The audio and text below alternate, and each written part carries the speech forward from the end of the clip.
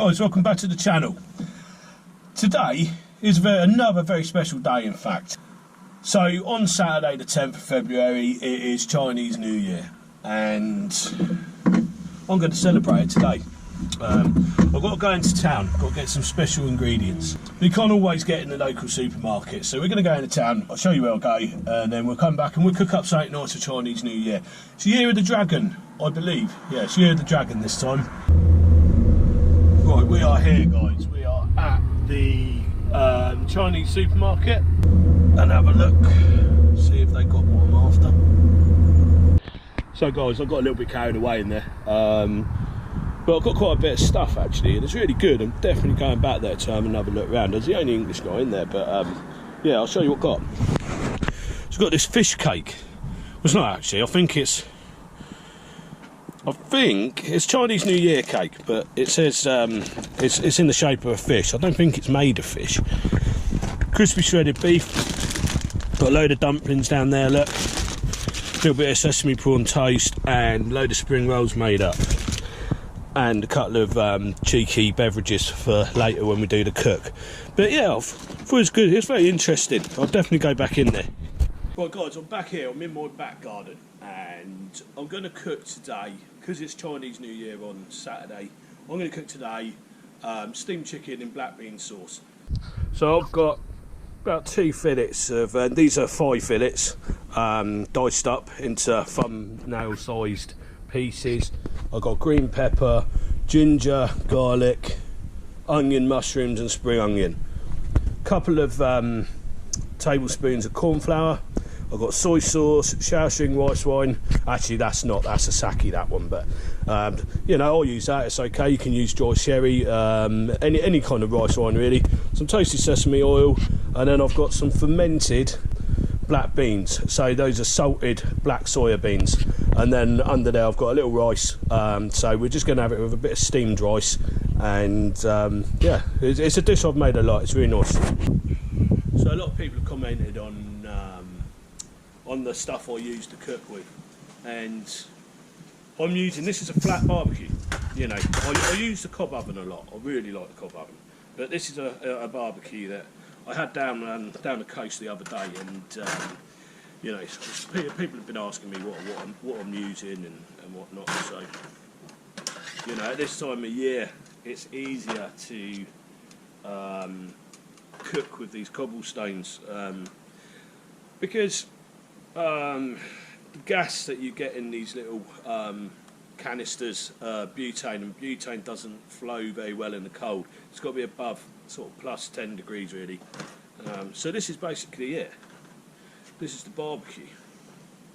It just all folds together. Now again, I've used this quite a few times. It's had a lot of use, but you know, it's one of these things that I just find it easy to cook on. I love it. I mean, this is the grill part of it anyway. Whether or not I'll use that today, I don't know. That's the barbecue if you were going to grill on it. Because we're steaming today, I think it needs to be sort of closer to the heat. Well, I left an ingredients out when I went through the ingredients list. Oyster sauce. That's the only thing, and yeah, I'll show you how to make it. This is a dead easy little dish. This is one of my favourites as well.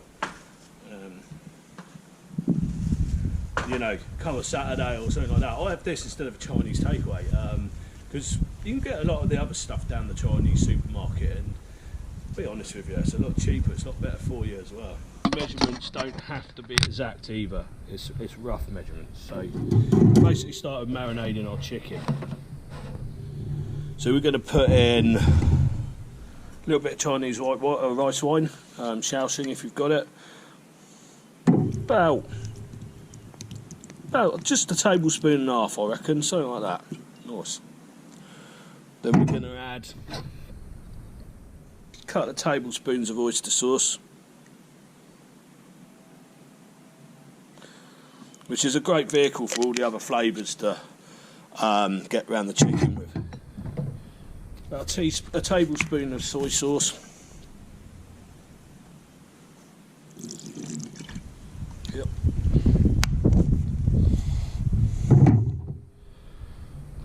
We're going to chuck in our diced garlic and ginger. God, the smell of this is it's amazing. We're going to put about a good handful of black beans, probably about half a cut up, probably about 2 tablespoons I'd say. I like my black beans quite salty, so I put quite a lot in. So we're going to mix that round. Like I say, this dish is so easy to make. So that's chicken thigh, skin on, bones out obviously. Then we're going to add a couple of tablespoons of corn flour. And we're going to mix that in. And what this method is, it's a Chinese method. They put the cornstarch in because it breaks down tissue and fibrous muscle mass. It's a technique that's known as velveting. So when you steam it, it's really silky, smooth and soft. It's a great thing to do, and it works well with beef. You know, you can do this with beef and it comes out just as nice. But yeah, give it a go, because it really, the first time I did it, shocks me how much it changes the texture of the meat. So I don't know if anyone else, I used to wonder how the Chinese takeaways got it so soft, and well, this is it. So yeah, Google it, velveting it's called. And then we've got our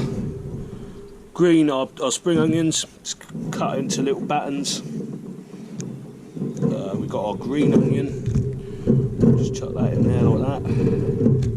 We've got our pepper. And there's a mushroom going in there with it as well, but mushrooms at the end, look. Then we'll just mix that in as well. And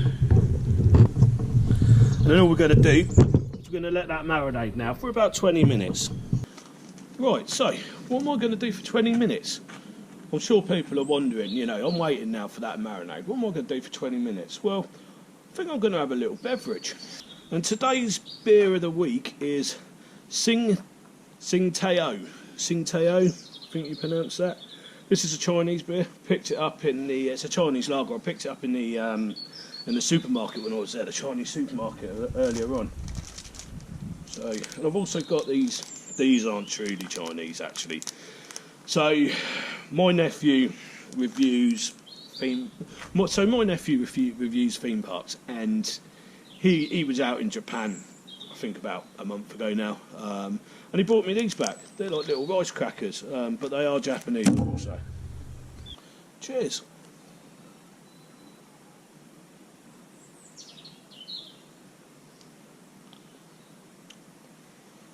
Do you know what? I'm not very adventurous when it comes to lagers. I basically drink Stella Artois if I'm having a lager.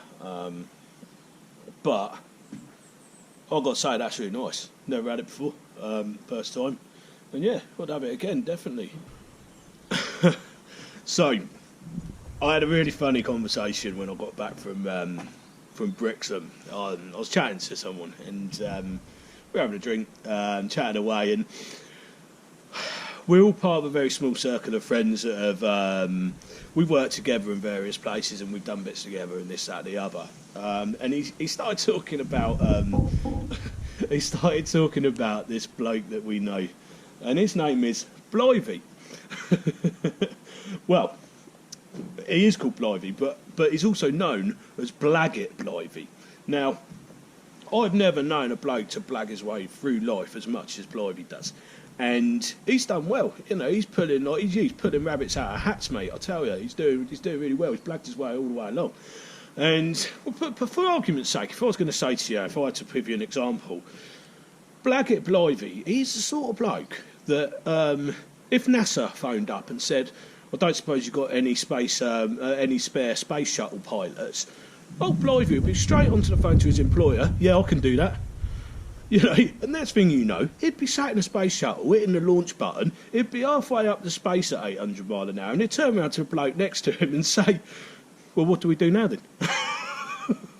He is, honestly, he is, I mean, he's a legend. I find him really funny. All the blokes that work with him, they don't find it, they find him irritating, but I like his arrogance. I think he's a funny guy, and yeah, you know, good on you, Blythe. The tide is high, but Blythe's holding on. He always wants to be the number one. Number one. He's going to kill me when he sees this.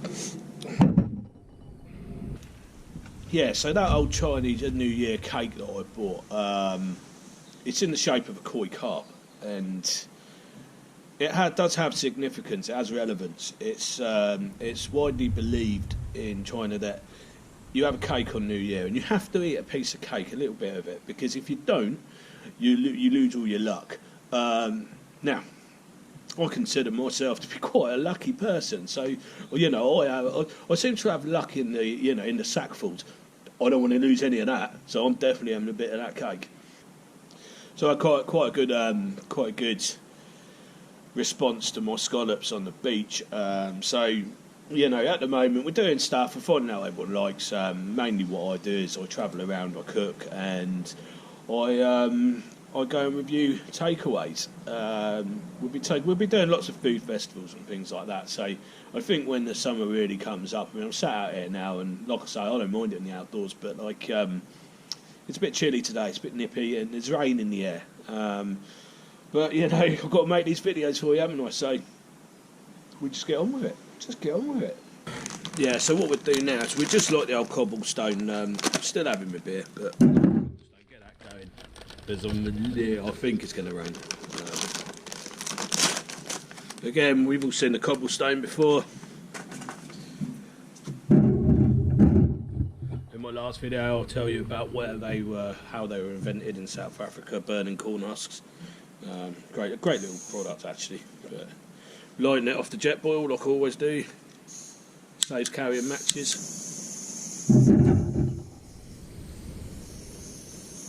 They've got something on them. Once they get going, they spread like a little firelighting substance. And you see it because they're like little red. They jump around like little red flashes. Don't know how much of that you can see, but you see them going. Got the old glow. Put that in before I burn my hands.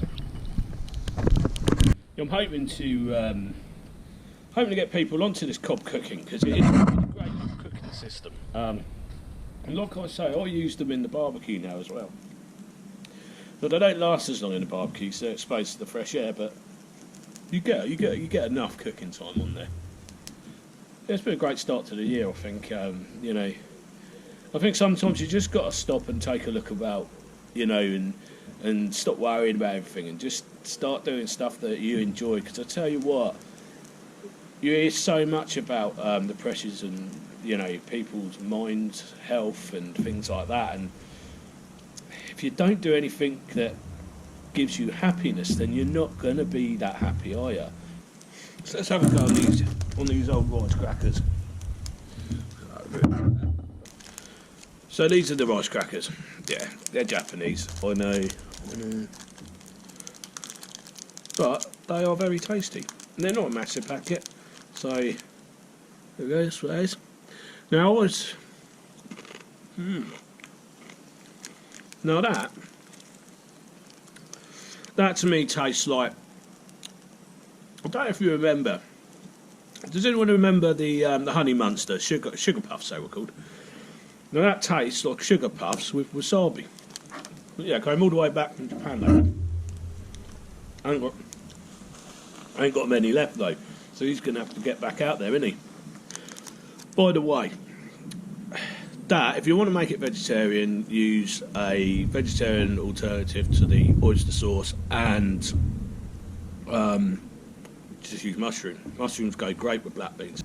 So when I've done my scallop video by the beach, I went down to Slapton Sands, B Sands, that area, Torcross, and I was in the car park and a drone flew over, didn't it? Now I didn't get any footage of what happened next because my cameras failed, and it's a real shame because a council official came down, who I believe was flying the drone, and he came over, drove past me, and then he drove back, and then he got out and put all his uniform on and his high vis and all this, that, the other, and he came over to me because, and it turns out someone reported me for being in that car park I had, and I had some bedding in the back. Now, to be fair to him, he came over and he was fine. So he asked me what I was doing. I said, listen, mate, I'm a YouTuber. I've paid my money. I've paid to be there. I wasn't doing anything wrong, and I had a campsite booked up the road. As soon as he knew that, really friendly guy, and, you know, fair play to him for being so friendly. But what I don't get is these do-gooders that, I mean, I'm sorry, I didn't realise, because I thought that was a public car park for public access where you pay your money. I even paid it on the app. No, I didn't realise that the owner of that car park must have been in there who didn't like me. You know, how to get on the phone and grass someone up because they're cooking a nice bit of lunch for themselves. Mate, I've got one message for you. Whoever done that, get a life. Get a life and start enjoying it. Why are people so down on everyone else?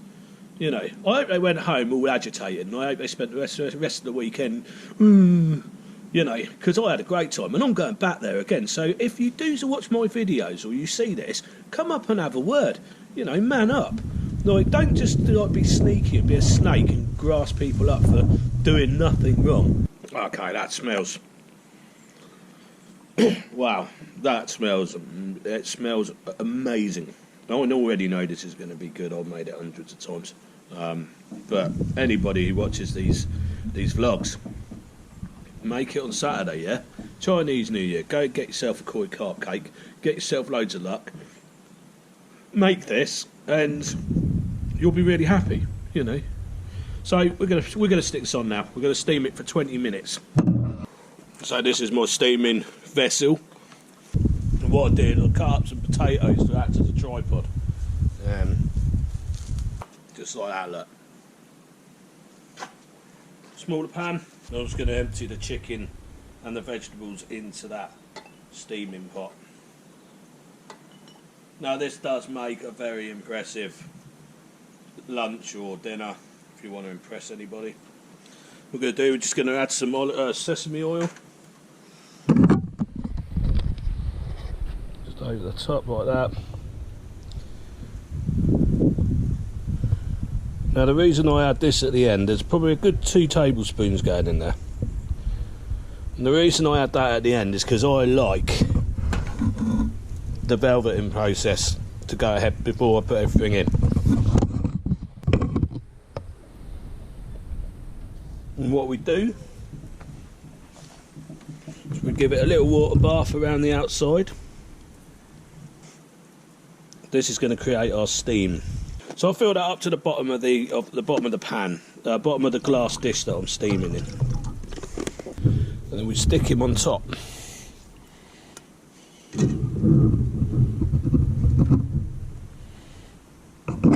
Like that, and that's going to come to the boil, and that's going to steam in there, and that's going to be lovely. So we just pop a lid on him. Yeah, I know what you're saying. Where's his lid for his pan? I don't know. I must have lost it. Maybe it's in the car park that I wasn't meant to be in, that I was allowed to be in, that I paid for. So there we have it, guys. We're steaming on the barbecue. I love this style of cooking. I love being outdoors, and I love the fact I can do this all off my aluminium table. You know, the heat goes up, it doesn't go down, so I can touch that, look. You know, this is a great way to cook. Look, you can see the steam coming around outside there now. Look. Once you've got to that stage, give it 20 minutes. We're going to do some rice. We're going to do that in the old jet boil. I'll just put some water in and boil it up and chuck it in the back. That's how I do it. Nice and easy, isn't it?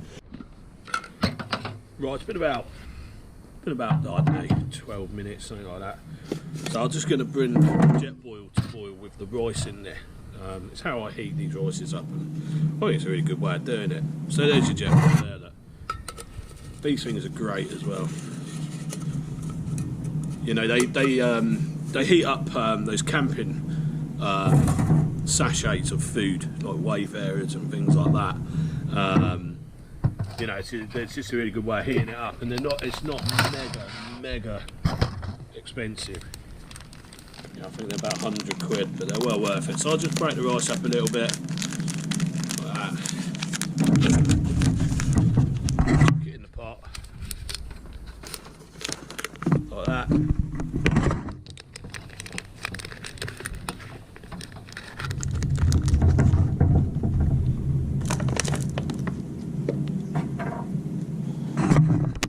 Now I'll just fill it up with water.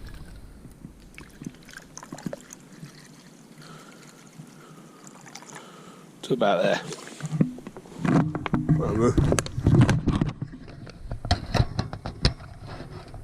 Oh, I can smell this chicken. It smells amazing.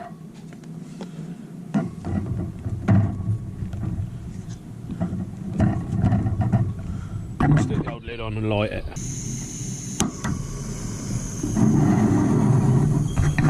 There we have it. Right guys, we're ready now to dish this up. So I'll show you the chicken, guys. Oh, there she is. Looks beautiful, silky, beautiful. So here's our rice. So just stick our rice in there like that. Get this off. See what cuts it on, there's a cobblestone. Chopsticks here. And yeah, this is my little nod. It's Chinese New Year. I will be having it again. I will be doing something on the weekend as well, but yeah, look at that, gorgeous. It smells aromatic, got the garlic, the ginger, the black beans, and yeah, just it smells delicious. Look at the rice.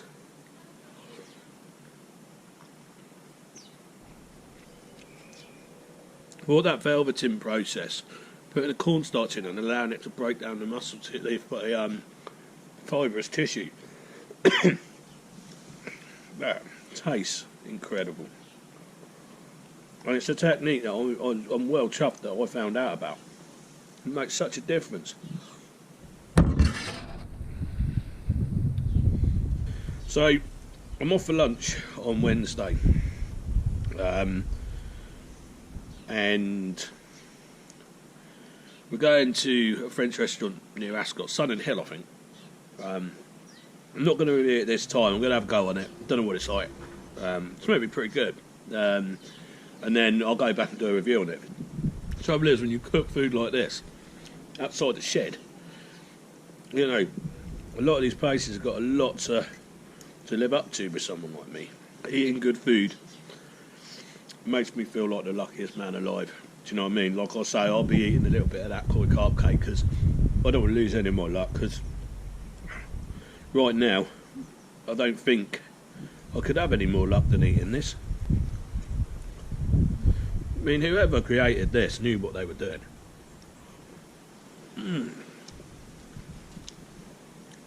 Now, for anyone who asks, I do put the skin in this as well, because with that velveting technique, it makes it really soft and very, very juicy. It's this kind of cooking that it's fail-proof. You can't get it wrong. If you steam it too long, it won't make a difference. You know, and that's what I like about it. Like, you know, cooking's not hard. You just got to want to do it. Well, what another great day, hey? Get up, go and have a new experience around the Asian supermarket. Really enjoyed that. There's so much there, like, I couldn't look at it all. And also, I've got to come back and film these videos for you, and that's the most important thing, isn't it? So, yeah, I just want to say to everybody who's watching these videos, like, subscribe. You know, it really does make a big difference. And yeah, I'll catch up with you in the next episode.